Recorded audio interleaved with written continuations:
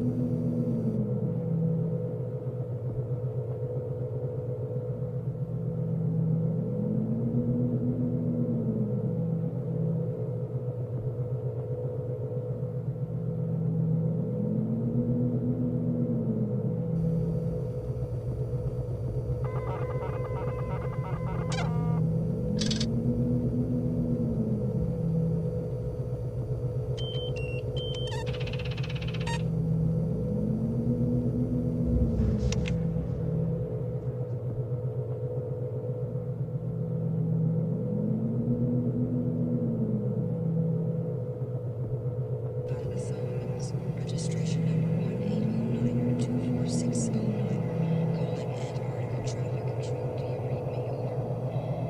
Commercial towing vehicle Nostromo out of the Solomons. Registration number 1809-24609.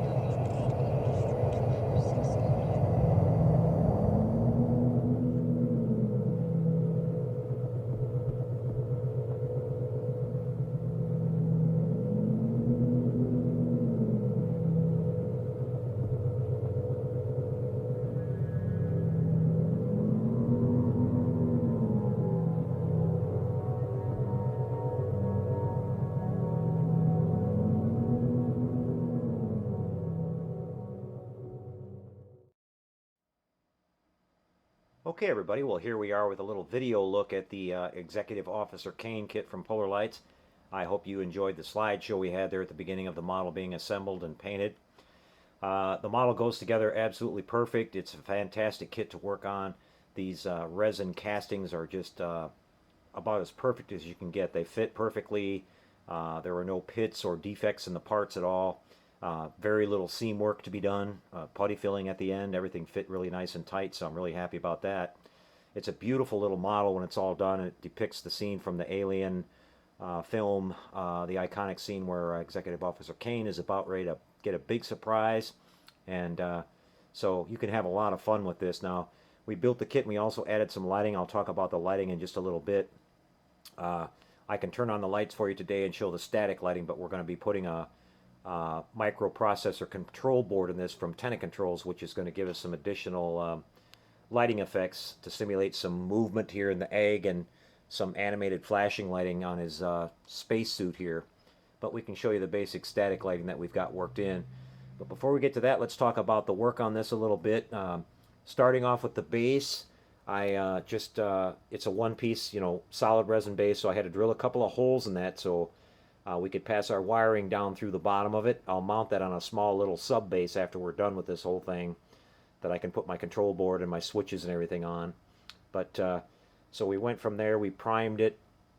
I put a base color of kind of a light gray on that to start with, and then I just started working my way up with I started off with a wash of sort of a medium tan, and then I went back with some different shades of brown, gray, black, doing washes and dry brushing.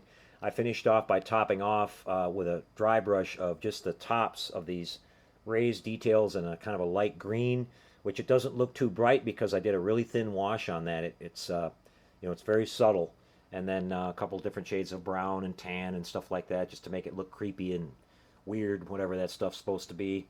And that came out real nice. Then we moved on to the egg. I'm going to go ahead and take the egg off of the base here for you and show you. First, we've got our little chest burster or face hugger guy in there, and I really love that thing. It's just it's always creeped me out. That's one of the creepiest creatures I think that they've ever created for a film. And so we've got him painted. He's been weathered a little bit. I've got a little bit of shading going on him. I didn't want to overdo it though. These guys were kind of just pretty much that flesh color, you know. And so, but this thing that he's hanging on to, I did a lot of work onto that. I'm not even sure what it is. It's just supposed to look really gross. I did some base coat of black, and then I started highlighting it with some, you can actually see it there, it's almost like a ruby red to give it that kind of dark crimson, kind of almost bloody look. And then I did some highlighting with some gray and some silver and things like that around the raised details of that to get that to bring out some of that texture. And then I clear coated all of that with my high gloss clear to make it look, you know, really wet and slimy. So that's what we did there. Did the, you know, hand painted the face hugger separately and wanted to make sure he wasn't quite so shiny, you know, just he's kind of a medium to satin finish on him. Coming over here to the egg, this part is molded in clear resin, but it's really thick when you get it out of the box. And so you basically couldn't see through it at all once you know, put it over top of the face hugger. Now you don't want to be able to see through it like a, you know, like a looking glass, because as we know in the film, you could, in the scene when he's looking in there with his flashlight or looking through it, he could see that there was something in there, but he wasn't quite sure what it was. It was, you know, kind of opaque looking. So in order to make this a little bit more transparent than it comes out of the box, I took a grinder and just, I would say I grinded away about a quarter of the material on the inside of this thing. I mean, a lot. And then, of course, after I did that, it had quite a few scratches in there, so I just went in there with my clear coat and painted that again and smoothed all that back out. I light blocked the top of it with some black with my airbrush just because I didn't want any light to come out the top. You don't see any light coming out of the top of this in the film at all, so I didn't want to have any light leaks up there. So I did that, and then I just started painting here. Now, we have this detail here at the top with this kind of pinkish purple color. I mixed all that up. I want to mention that this entire kit I painted with craft acrylic paints. You know, several different colors. You might have noticed the picture I took in the slideshow there of all the different colors I used. And I knew I was going to be mixing a lot of colors to make all the different colors on this model, so I wanted to stay kind of economical on that. And, you know, I knew I was going to be mixing all my own colors, and so I just used the little, you know, they cost less than $1 a bottle, little craft acrylic paints. And besides just the airbrushing of the suit there, the rest, you know, the basic color on the suit, that kind of burnt mustard color, everything else has been painted by hand with a brush. And so it's a lot of dry brushing and things like that. But up here we did this pink color, and then I highlighted that with some antique white to bring out all these veins and everything. Now the vein detail on this is actually pretty weak on this mold. There's not much there, so you kind of have to create some of it with your paintbrush. And so I just kind of went around and did the best I could on that. And then finished up by, again, spraying my really high gloss clear on that to make that look really wet and slimy, just like I did in the movie. Then I came down to the outside of the egg. I started off with just a dark gray airbrush around the top edge here. And then I gradually worked my way down. I lightened up my gray until I got to about right here. Then I almost stopped completely because I wanted to have most of this pretty clear. And then I just took some various shades of gray and tan and brown and just sort of dragged it along the sides here with the side of the brush, you know, like a dry brushing technique, just letting it drag over the top of these raised areas and everything so I didn't obliterate the transparent part of it. I tried a light airbrushing over the whole thing, and it just immediately made it where you couldn't see through it at all, so I didn't want that. So I took that back off, and I came up with this. So grinding that out solves two things. It makes it easier to see in it, and it actually fits better on there. In its original format, when you glue this little guy right here down and you got the figure mounted on there, it's like almost you can't even get it back on there. So now it goes on there, back on there with ease and everything. You know, it fits right back on there like that. So that worked out really great. So that's our egg and our base. Again, on the base, I had to drill a couple holes to pass through the wires and everything. Here on the figure, I decided to make my figure look quite a bit, you know, a little bit dirtier than normal, than you normally see. I see a lot of these kits out there that are built where they look like his suit just came out of the dry cleaners, you know, I mean, too pristine. And these were heavily used industrial type suits. They were old, they were worn out, as you see in the film. You know, you had all this copper up here on the helmet and the shoulder pads and his backpack there that were heavily tarnished, as you could see in the film. So I'm sure they maintain them as far as safety and everything, but as far as looks, yeah, they weren't washing them every time they brought them back. And of course, they make the trek across the alien surface from the ship to the interior of the alien ship, and so it was a really dirty, dusty terrain, a lot of wind going on, stuff like that. And of course, Kane himself, when he gets down into the egg chamber, he takes a fall, and he falls right in the middle of this kind of grungy area where these eggs are, and so I figured he'd have a little bit of dirt on him here and there. So I went ahead and did that. But I'm really happy with this effect that we've got up here on his shoulder pads and his helmet there and his backpack. To achieve that tarnish look, I basically, like I said, I mix up all my own stuff. So I took some craft acrylic antique gold, and then I mixed in a little bit of black with that and a little bit of green to give it that old copper look. Copper starts to turn green when it gets old. If you ever seen an old penny, and then it'll have that extra kind of almost a teal green color of tarnish and white over the top of that. So that's what I did. I basically did the entire. I started off with a black base coat, then I kind of dry brushed on the copper color that I mixed up, and then I took this green and blue with a little bit of white mixed with it, and just lightly dry brushed that on the top of all this and give it that, you can see that greenish, whitish color coming through on all this stuff. And when I did that, I was really happy with how it looked because it just made all those little, surface details that they've got on this just jump right out at you, and I thought it looks fantastic. So I'm really happy with that. You can see on the top of his shoulder pads and a little bit on his helmet, on the top of the backpack, I've got that a little bit glossed up. And the reason I did is because he's down in that chamber and he's complaining about it's as hot as the tropics in there, and it's really damp and wet and moist and hot in there. So I figured there'd be a little bit of condensation or whatever, so I kind of did that. But all around his spacesuit here, we did a little bit of scuffing, a little bit of wear and tear. Got the leather strap on his gun's kind of almost worn out, as you can see there, and some scrapes on his gun, and even his flashlight's looking kind of used and abused. And that was the theme I went with all the way around on this. I wanted to make sure it looked like it was used and not pristine. Same thing with his little tool kit down there and his chest plate that you can see. As I said, there's a lot of colors on this. You have to pretty much paint this by hand. If you want to try to mask all this stuff, good luck to you. You're going to be talking, weeks and weeks worth of work. But I just painted it all by hand, and wherever I overlapped a little bit, I just went back and touched it up with the other color. It wasn't that big of a deal. You can see we've got his shoes looking kind of dusty there, and some, stains and stuff on his on his spacesuit. Let me get you an up close look at this backpack here. I really like how that came out. I even chipped a little bit of the decals away and did some things like that. Weathered the little knobs there. We've got some lighting going on that. We'll show you in that backpack in just a second. But I'll mention this little cord right here coming down too. That's not included with this kit. But when you look at the box art, the paint detail guide, where they show a full frontal view of the figure standing up and a full from the front and a full frontal from the back, or from the frontal from the back, a full standing up shot from the back, you'll see that in the back picture you can see this cord here. And I figured it's some kind of a, it's the link for his voice comms and his helmet down to the rest of his system or something. I'm not sure, but so I had to make that, and it was pretty easy. I just took a piece of my solid core copper wire and shaped it the way I wanted it. Then I took some of this 30 gauge wrapping wire, the same wire that I'm using to wire everything up, and I just coiled it around that and brought it on up on there, and then just kind of glued it in place. And I think it adds a really nice little detail to that wasn't there before. Kind of makes them a little bit more realistic. But as I said, there's a lot of colors going on this, so just take your time with that. And as I said, I wanted to use the craft paints because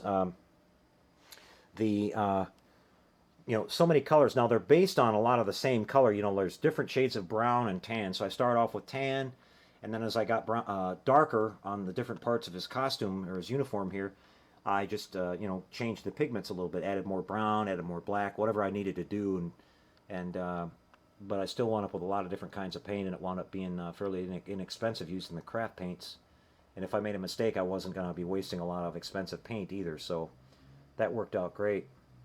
So another little detail that I've done here on this, guys, if you notice on his visor of his helmet, his bubble here, I took some all-clad flat clear, and I dusted around the edges of that, not the center, just around the edges of it from the inside to give it that fog look that we saw in the movie too. He was all fogged up inside there. In fact, there's a shot where you can even see some water like dripping on the inside of it. It's that bad, and during the film. So we've got that effect, and it shows up even a little bit more when we turn on the lights. We've got some lighting inside his helmet to backlight his head, and then we've got some little indicator lights down here by his chin that light up as well. We've got this light going on up on the top here, and we've got his flashlight lit, and we've got the egg lit. So we'll go ahead and turn on the lighting here for you now. As I said, the lighting on this is static for right now. We're going to be getting a control board from Ralph at Tenant Controls, which will, it's going to sort of do this little, what I came up with, what I asked Ralph to do is I wanted to have this sort of like little, if you can imagine like my fingers, the brightness of the light, you know, every once in a while it's going to do this, kind of almost like Morse code, you know, like dit, dit, dit, dit, dit, dit, like that. And it's going to wait 10 seconds before you turn this on. It'll wait 10 seconds, then it'll do that, and it'll stop, and it'll wait a little while, and it'll do it again. Now I'm going to position that little light. It's going to be a little SMD somewhere in here where it's going to kind of highlight the shadow of our face hugger, and kind of like a strobe light effect. I hope it'll kind of give the illusion of simulating a little bit of movement going on in there. I can't physically make that thing move. It's all glued down. You know, you could probably put a motor or something in there if you wanted to, but you'd kind of start getting into kind of crazy territory there. But so that'll give a nice little effect. You can see we've got our helmet lighting there going on, which now you can see it highlights that fogged up look a little bit better. We've got his bright light on the top of his helmet shining down into the aperture of the egg here, just like in the film. His flashlight is, you're sort of simulating that is the beam of lights, you know, going through this thing and illuminating that lower area. We've got some indicator lights on his little thing there below. They're kind of dim in this shot right here because they're not resistored right. When they're on the control board, they will actually light up a little bit brighter. You'll be able to see them a little bit better. And then here on his backpack, we have some lighting. These little indicator lights here.